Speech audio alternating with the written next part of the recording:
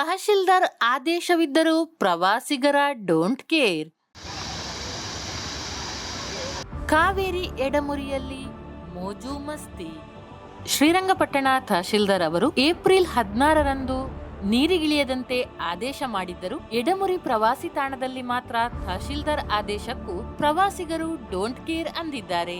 ಸುರಕ್ಷತೆ ಇಲ್ಲದಿದ್ದರೂ ಪ್ರವಾಸಿಗರು ನೀರಿಗಿಳಿಯುತ್ತಿದ್ದು ಅಪಾಯ ಸಂಭವಿಸಿದರೆ ಯಾರು ಹೊಣೆ ಎನ್ನುವಂತಾಗಿದೆ. ನಿಷೇಧಾಜ್ಞೆ ಇದ್ದರೂ ಈಜು ಮೋಜಿನಲ್ಲಿ ಚಿಲ್ ಆಗುತ್ತಿರುವ ಪ್ರವಾಸಿಗರು ಎಚ್ಚೆತ್ತುಕೊಳ್ಳಬೇಕಾಗಿದೆ.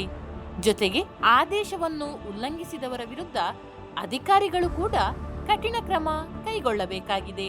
ಹೆಚ್ಚಿನ ಅಪ್ಡೇಟ್ಸ್ಗಾಗಿ ಆಂದೋಲನ ಪೇಜ್ ಫಾಲೋ ಮಾಡಿ, ಲೈಕ್ ಮಾಡಿ, ಶೇರ್ ಮಾಡಿ.